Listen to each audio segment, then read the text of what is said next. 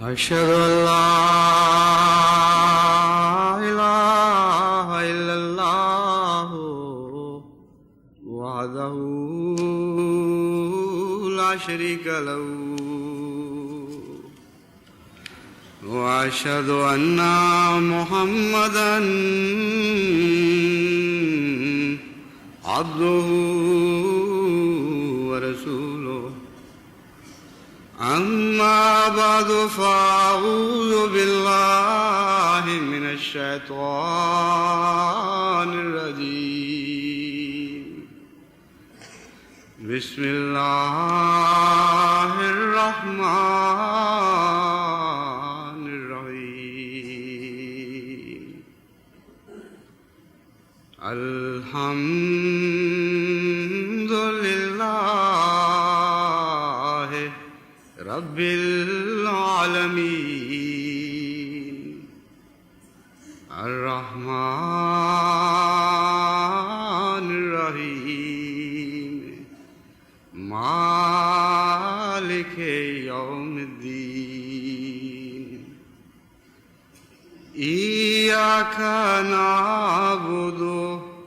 وإياك نستعين. اهدنا الصراط المستقيم صراط الذين أنعمت عليهم غير المغضوب عليهم ولا الضالين.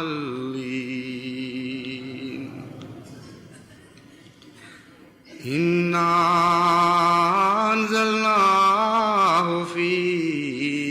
ليلة القدر وما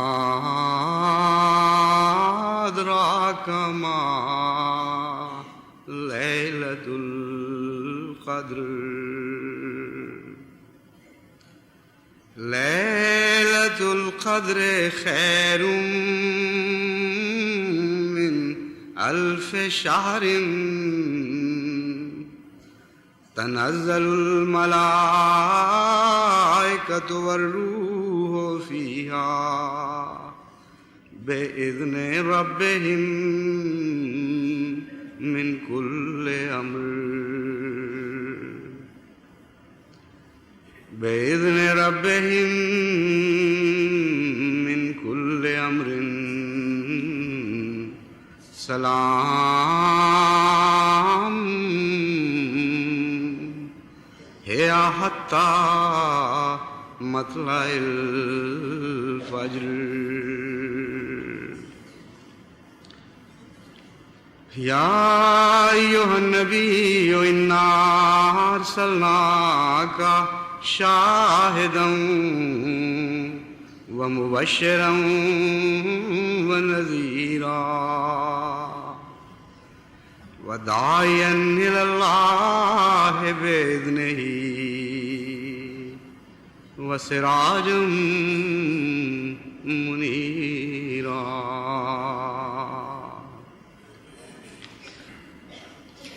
آخر آج وہ مبارک اور مبارک دن آ گیا جس کی ایک مدت سے انتظار تھی. یہ وہ جمعہ ہے جسے جمعۃ الوداع کہتے ہیں، اور یہ وہ جمعہ ہے جس کے سبھی منتظر رہتے ہیں، وہ بھی جو 52 ہفتے باقاعدہ جمعہ پڑھنے کے لیے آتے ہیں، اور وہ بھی جو سال میں صرف ایک جمعہ پڑھتے ہیں یعنی وداع کا جمعہ. وہ لوگ بھی اس جمعے کے منتظر رہتے ہیں جو 5 وقت باقاعدگی کے ساتھ خدا کے حضور حاضر ہوتے ہیں، اور وہ بھی اس جمعے کے منتظر رہتے ہیں جنہیں نماز پڑھنے کی توفیق نہیں ملتی. پھر وہ بھی اس جمعے کا انتظار کرتے ہیں جن کی راتیں پہلے ہی خدا کے ذکر کے ساتھ زندہ ہو چکی ہوتی ہیں، جو تہجد کے عادی ہوتے ہیں اور تمام سال اپنے رب کے حضور حاضر ہو کر اس کی رحمتیں طلب کرتے ہیں، اس سے مغفرتیں مانگتے ہیں، اور سارے سال کی عبادتوں کے باوجود پھر بھی یہی سمجھتے ہیں کہ وہ تہی دامن ہیں بے حقیقت ہیں، انہیں کوئی بھی نیکی کی توفیق نہیں ملی، وہ بھی اس جمعے کا انتظار کرتے ہیں، اور وہ بھی جنہیں قسمت اور مقدر کے ساتھ کبھی تہجد کی توفیق ملتی ہے۔ بس یہ وہ مبارک دن ہے جس کی بہت سی آنکھیں منتظر تھیں، بہت سے دل جس کے لیے دھڑک رہے تھے، اس امید پر، محض اس امید پر کہ ہو سکتا ہے اس مبارک دن میں کوئی ایسی مبارک گھڑی میسر آ جائے کہ ہماری تمام عمر کی کوتاہیاں بخشی جائیں، تمام غفلتوں سے درگزر فرمایا جائے، اور آئندہ کے لیے ہماری زندگی سنور جائے۔ اس پہلو سے وہ سب بھی جن کو پہلے عبادت کی کسی قسم کی توفیق بھی نہیں ملی، ہرگز تحقیر کے لائق نہیں ہیں،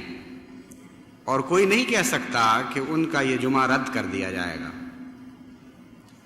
اللہ کی بخشش کی امید لے کر جو دل زندہ رہے، خدا کی رحمت کی ایک جھلک کے لیے جو آنکھ انتظار کرتی رہے، اس دل کو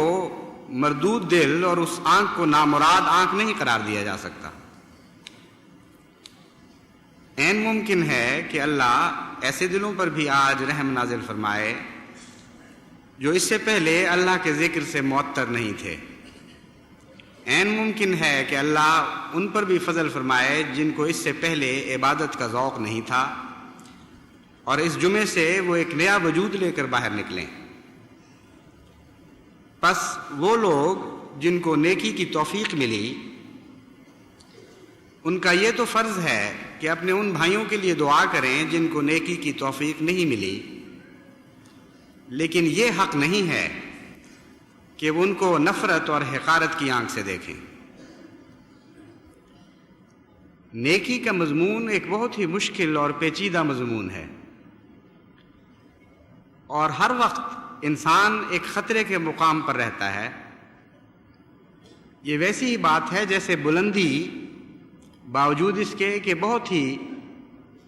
مطلوب چیز ہے، انسان کو بلندی کی تمنا ہر دل میں پائی جاتی ہے، لیکن جتنا زیادہ بلند ہو اتنا ہی زیادہ اس کے لیے خطرات بھی پیدا ہوتے چلے جاتے ہیں۔ بعض اوقات ایک قدم کی ٹھوکر اسے گراتی ہے اور ہمیشہ کے لیے اس کی ساری عمر کی کوششیں نہ صرف ناکام کر دیتی ہے، بلکہ وہ ساری رفتیں ہلاکت کا موجب بنتی ہیں، اور جتنی بڑی رفت نصیب ہو اتنی بڑی ہلاکت نصیب ہوتی ہے۔ اس لیے نیکی میں کوئی مقام محفوظ ان معنوں میں نہیں ہے کہ آپ اللہ سے امن میں آ جائیں۔ مقام محفوظ یہ تو ضرور ہے کہ غیروں سے امن میں آ جاتے ہیں، غیر اللہ سے امن میں آ جاتے ہیں، اور لا خوف کا مقام حاصل کر لیتے ہیں جہاں اللہ کے سوا اور کوئی خوف نہیں رہتا۔ لیکن اگر کوئی بدقسمتی سے، کم فہمی سے یہ سمجھنے لگے کہ میں خدا کی طرف سے بھی امن میں آ گیا ہوں، اور میری کوئی گستاخی ایسی نہیں ہوگی جسے اللہ تعالیٰ معاف نہ کرے، جس سے درگزر نہ فرمائے، اور گویا میں حق رکھتا ہوں خدا کی بخشش کا، ایسا انسان مردود ہو جاتا ہے، اور خواہ کتنے بڑے بلند مقام پر فائز ہو، اتنے ہی زیادہ اس کا تنزل خطرناک ہوتا ہے اور عبرتناک ہوتا ہے۔ پس تکبر کی آنکھ خواہ نیکی کی ہو، وہ بہت ہی خطرناک آنکھ ہے۔ اپنے کمزور بھائیوں پر رحم کی نگاہ ڈالیں، ان کے لیے بخشش کی دعا کریں، ان ملائکہ میں شامل ہو جائیں جو بندوں کے لیے، خدا کے بندوں کے لیے دن رات دعائیں کرتے ہیں اور مغفرت مانگتے ہیں۔